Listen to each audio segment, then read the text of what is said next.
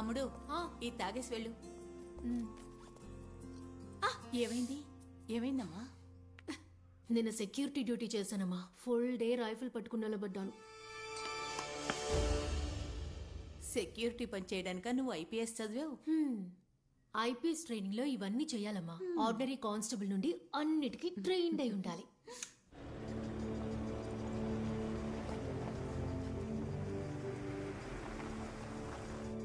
Okay మా, bye.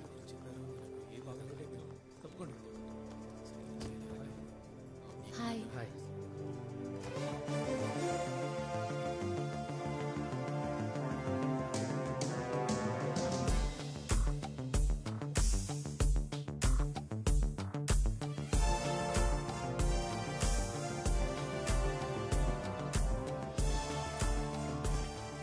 I'm Balu and he's Vinay, my colleague. ఇక అందరూ హాయిగా గాలి పీల్చుకోవచ్చు. కొందరికి పోలీసులన్నా మిలిటరీ వాళ్ళన్నా ఇలాగే ఉండాలని కొన్ని అభిప్రాయాలు ఉంటాయి. కండలు తిరిగి ఉండాలి, నవ్వకూడదు, మీసాలు ఉండాలి, ఇలాంటివి ఎన్నో. అయ్యో, మీసం ఉండాలన్నది నీ గురించి కాదు, అదిగో అతని గురించి. ఓ కథతో మొదలు పెడదాం అనుకుంటున్నాను. ఒకసారి ఓ అతను తపస్సు చేశాడు, ఘోర తపస్సు. అతని కోరిక రాజు అవ్వాలని. దేవుడు ప్రత్యక్షమయ్యాడు, అతనికి వరం ఇచ్చాడు, తాను రాజు అయ్యాడు. కానీ ప్రయోజనం ఏంటి? రాజు మంచి ఎఫిషియెంటే, కానీ పరిపాలన టోటల్ శూన్యం.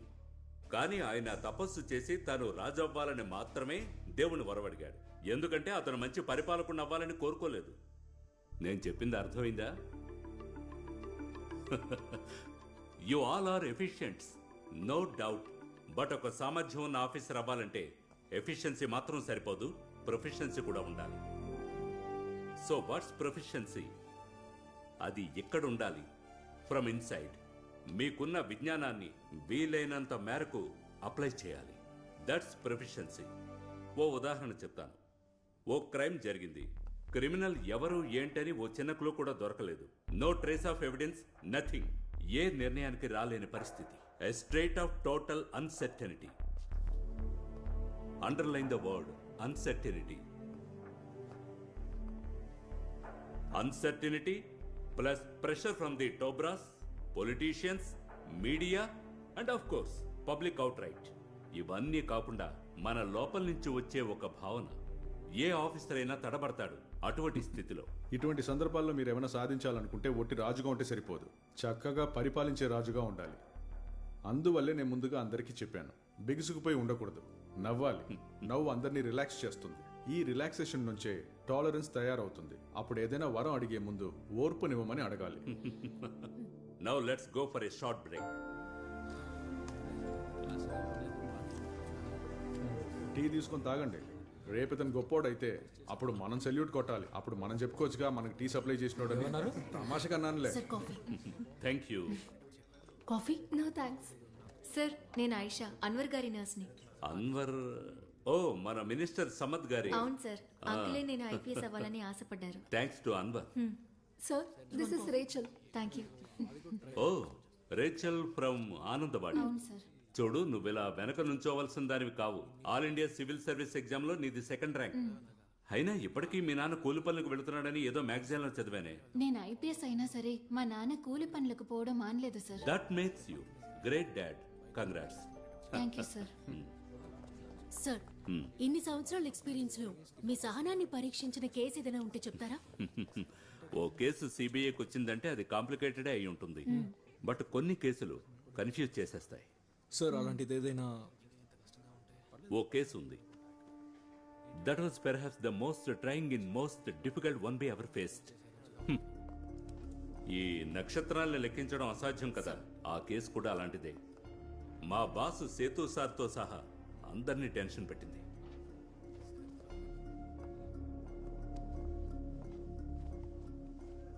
విన్నారా సేతు రామయ్య గురించి? విన్నాం సార్.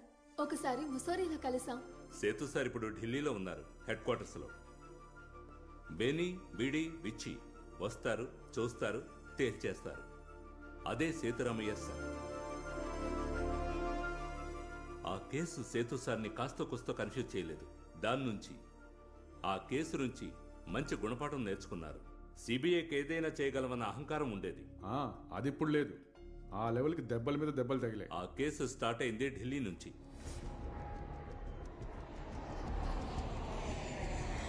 ఫ్లైట్లో ఆ రోజు మిగతా ప్యాసింజర్స్తో పాటు స్టేట్ మినిస్టర్ అబ్దుల్ సమద్, ఆయన ప్రైవేట్ సెక్రటరీ అన్వరు ఉన్నారు.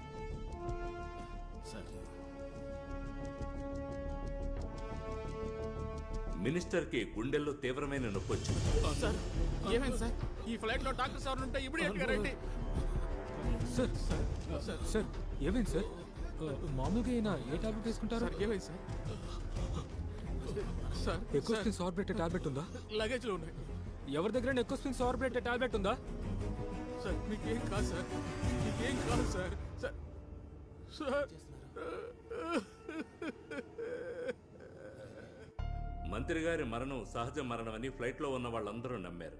మేము కూడా అదే నిజం అనుకున్నాం.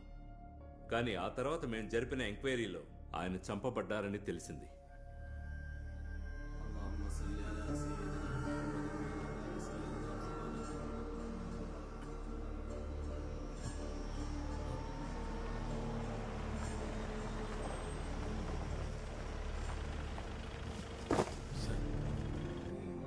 రండి సార్.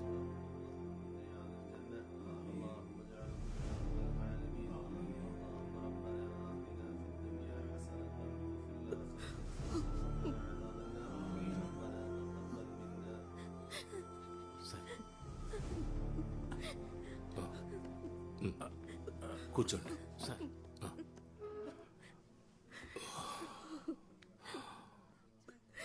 నాకు ఇప్పటికీ నమ్మశక్యంగా లేదు.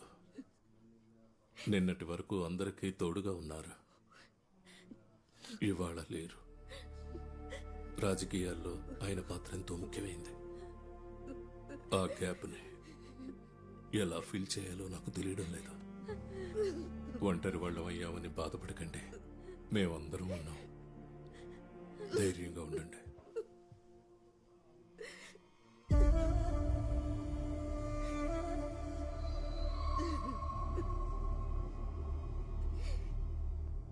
మంత్రి గారి మరణంలో ఏదో గూడు పుటాణి ఉందని కొందరి అనుమానం. ఆ తర్వాత జరిగిన మరణాలు దాన్ని నిజమని తేల్చాయి. ఆ మరణాలు తర్వాత బాస్కెట్ కిల్లింగ్స్గా పేరు పొందాయి. కోర్స్ మీరు వినే ఉంటారు బాస్కెట్ కిల్లింగ్స్ అనే పేరు. ఆ రోజుల్లో కొందరు వాటి గురించి చదివి ఉండొచ్చు, బట్ మీరు చదివింది విన్నది కూడా యథార్థం. బాస్కెట్లో రెండవదిగా వచ్చింది ఒక మ్యాన్ మిస్సింగ్. ఎప్పటి నుంచి ఆయన కనిపించకుండా పోయింది? ఇవాళతో 2 రోజులైంది సార్. ఏంటి ఆయన పేరు? ముత్తుకోయ. వయసు? 24. ఇల్లు ఎక్కడా? ఇక్కడ రైస్ మిల్ కి దగ్గర. రైస్ మిల్ కి దగ్గర. ఏం చేస్తుంటాడు? చనిపోయిన మంత్రి సమద్ గారి బిజినెస్ స్టాఫ్ గా ఉండేవాడు. బాస్కెట్ కిల్లింగ్స్ లో తర్వాతది మినిస్టర్ సమద్ గారి పర్సనల్ డాక్టర్, పేరు పొందిన cardiologist doctor Venu.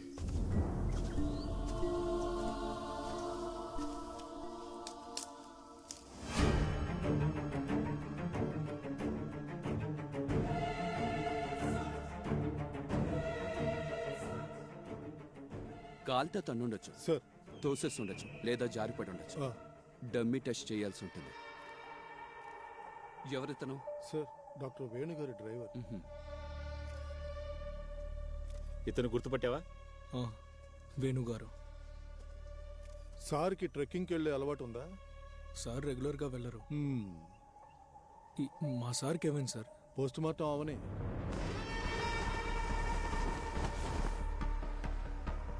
బాసురన్ freelance journalist, రచయిత, యాక్టివిస్ట్, చిత్రకారుడు అన్ని.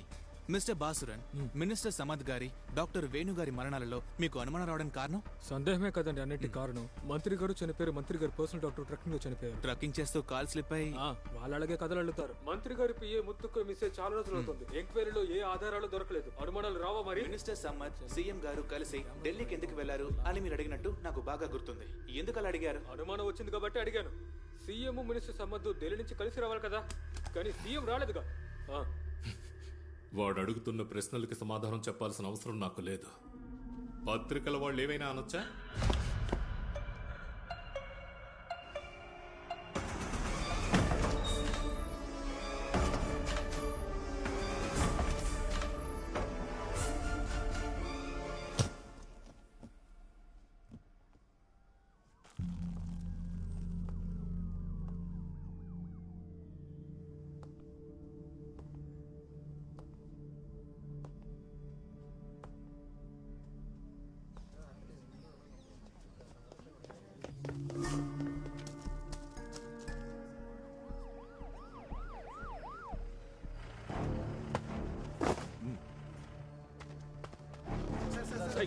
No questions. No. We will explain later. ఆగండి ఆగండి ఇక్కడే ఆగండి.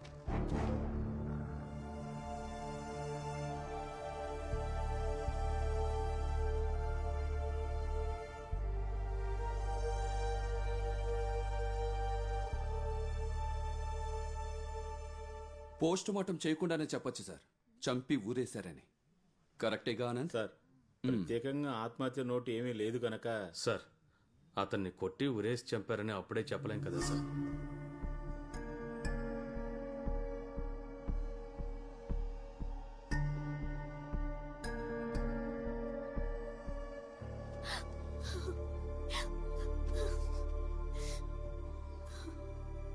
డెడ్ బాడీని తీసుకెళ్లిన తర్వాత ఛానల్కి రండి. మీరే స్ట్రాంగ్ గా చెప్పాలి చంపేసి ఊరి వేశారని. ఇతను యాక్టివిస్ట్ కదా? అవును సార్. మినిస్టర్ సమ్మత్ చనిపోయినప్పుడు కూడా వీడు అరిచి గోలగోల చేశాడు. డాక్టర్ వేణు చనిపోయినప్పుడు కూడా. హే, అది మీడియా కట్టు కదా అయి ఉంటుంది. లేదు, ఇతను నాకు బాగా తెలుసు. కొంచెం జెన్యూనే, అందుకే శత్రువులు ఎక్కువ ఉన్నారు. అయితే చంపినోడిని కనిపెట్టి వాడికి మీరే శిక్ష విధించండి. పదండి.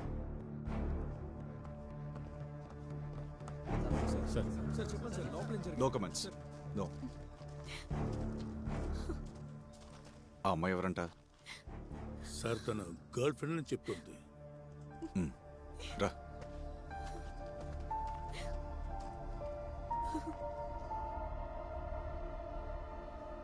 బాస్కెట్లో తర్వాతి మరణం ఒక పోలీస్ ఆఫీసర్ది. సిబిఐ ఈ కేసులో ఎంటర్ అవ్వడానికి కారణము ఆ మర్డర్ కేసు.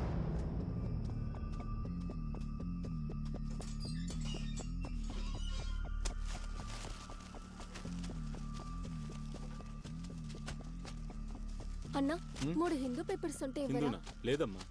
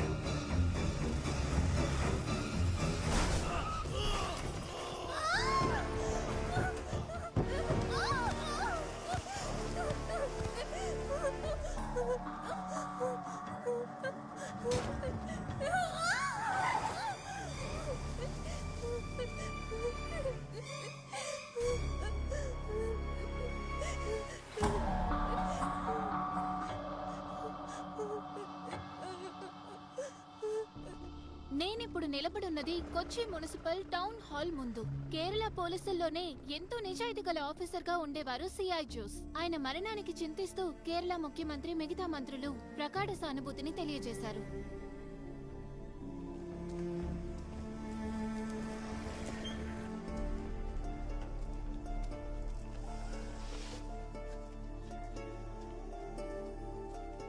అక్క, నువ్వు చూసింది పోలీసులు చెప్తే డబ్బులు ఇస్తారక్క? ఎందుకు? చిపోరా. ఇస్తారక్క.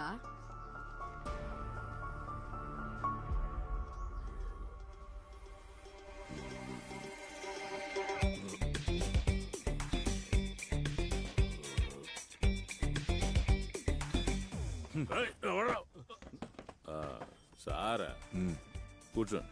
చాయ్ ఎవరా? ఇదిగో సార్ పోషించాను. ఆరేది నువ్వు దాగు, వేడిగా ఎవరా? ఏంటయ్యా ఇలా నిద్రపోతున్నావు? 2 రోజులైంది నేను ప్రశాంతంగా నిద్రపోయి. బుధవారం కోഴിకోటాయి, అక్కడ నుండి కాసరకోటాయి. ఎస్పీ శ్రీజిత్ గారి కూతురు పెళ్లికి వెళ్ళాను. అటు ఇటు తిరిగి అలిసిపోయాను. సర్లే గాని అక్కడ నువ్వు కనిపించలేదేంటి? రావడానికి వీలు పడలేదు. మేము తిరిగి వస్తున్నప్పుడే జోస్మోన్ గురించి తెలిసింది. చాలా బాధేసింది. సార్ డీజీపీ వస్తున్నారంట. ఓ సార్ అడిగినప్పుడు ఇవ్వకుండా నువ్వే తాగు. సారీ సార్, నిజంగానే నన్ను తాగమన్నారు అనుకున్నా. Sorry sir. ఎవడ్రా వీడు?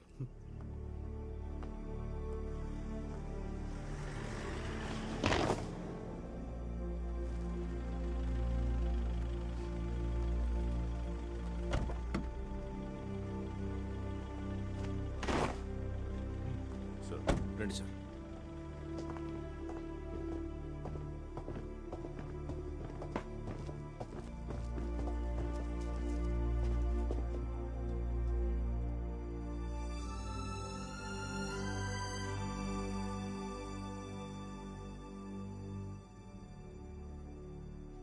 వీళ్ళు జోస్ భార్య కొడుకు సార్.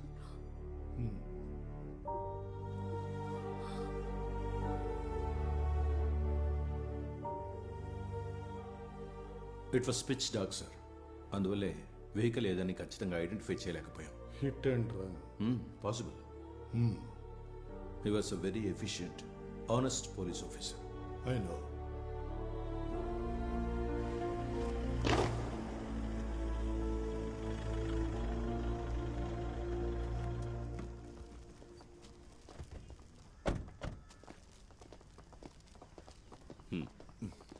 వీళ్ళకి ఎక్కడేంటయ్యా పని? జోసు కొన్నాళ్ళు సిబిఐలో డెప్యుటేషన్లో ఉండేవాడు కదా.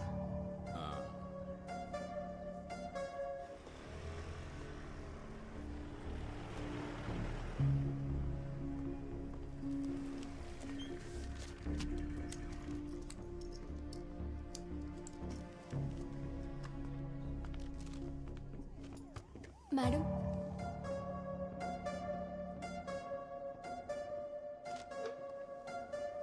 నువ్వు ఏం చూసావో అది సత్యదాస్ సార్కు చెప్తే చాలు. ఆయనే ఈ కేసు ఎంక్వైరీ చేస్తున్నారు. ఈ అమ్మాయితో పాటు నువ్వు వెళ్ళు. రామా. ఈ ఇన్ఫర్మేషన్ ఇస్తే పోలీసులు డబ్బులు ఇస్తారని నా ఫ్రెండ్ చెప్పాడు. ఈ అమ్మాయి లాకప్ లేండి. వద్దు సార్. నిన్న అక్కడ చూసినందువల్లనే రూమ్ లో ఉన్న ఆ వ్యక్తి లైట్ ఆఫ్ చేశాడు. అది నిజమేగా? అవును sir.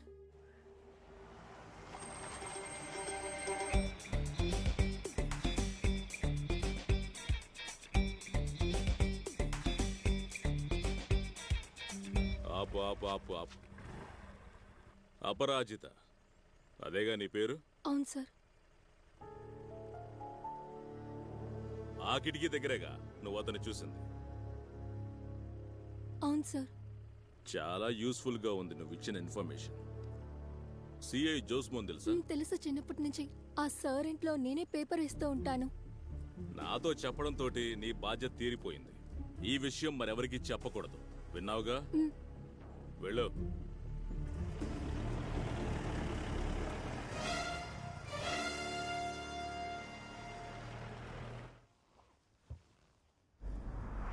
Hello. Good morning sir. Morning. ఒక చిన్న రిక్వెస్ట్ సార్. ఎస్. ఆ సిఐ జోస్మోన్ మర్డర్ ఇన్వెస్టిగేషన్ నుంచి సత్యదాస్ని తప్పించాలి sir. Why? He is corrupt sir. Josemon ఫ్యామిలీకి న్యాయం జరగదు sir. You know sir, he is highly corrupt. నాకు అలా అనిపించడం లేదు. ఇప్పుడే కదా ఎంక్వైరీ మొదలెట్టాడు. It's not that sir. No no no, don't talk out of your hatred towards him. Let us see.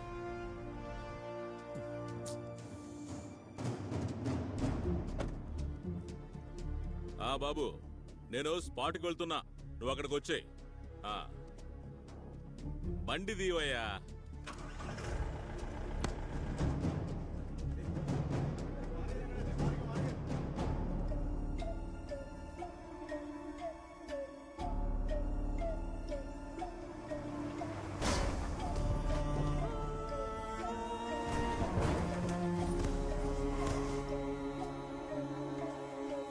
పోలీసుల్లో జోసుకున్నంత మంది శత్రువులు ఇంకెవరికి ఉండరు. శత్రువులంటే నీ ఉద్దేశంలో ఎవరు? శత్రువులంటే ఈయన వల్ల బాధపడ్డవారు. ఇంకా లోతుకెళ్తే లెక్కలు పెరుగుతాయి. ఏమైనా గానీ చెప్పు. బాస్కెట్ కిల్లింగ్స్ విని విని ఆ పేరు ఇప్పుడు కామన్ అయింది. చూడు, అక్కడ జరిగిన మరణాలకి ఏదో ఒక సంబంధం ఉందని, అనుమానం ఉందని మొదటిసారి చెప్పింది విసిల్ బ్లోవర్ జర్నలిస్ట్ బాసురన్. వాడు చెప్పినవన్నీ పేపర్స్ లో రావడానికి ముందే విజిల్ ఊది వాడే పోయాడు. ఆ తర్వాత విచారానికి దిగిన జోస్ కూడా పోయాడు. మనము పోతామని భయంగా ఉందా? బాసురన్ చెప్పిన వాళ్ళంతా చాలా గొప్ప వాళ్ళు. బాస్కెట్ కిల్లింగ్స్ ఇప్పుడు నైట్ మేర్ కదా దాస్.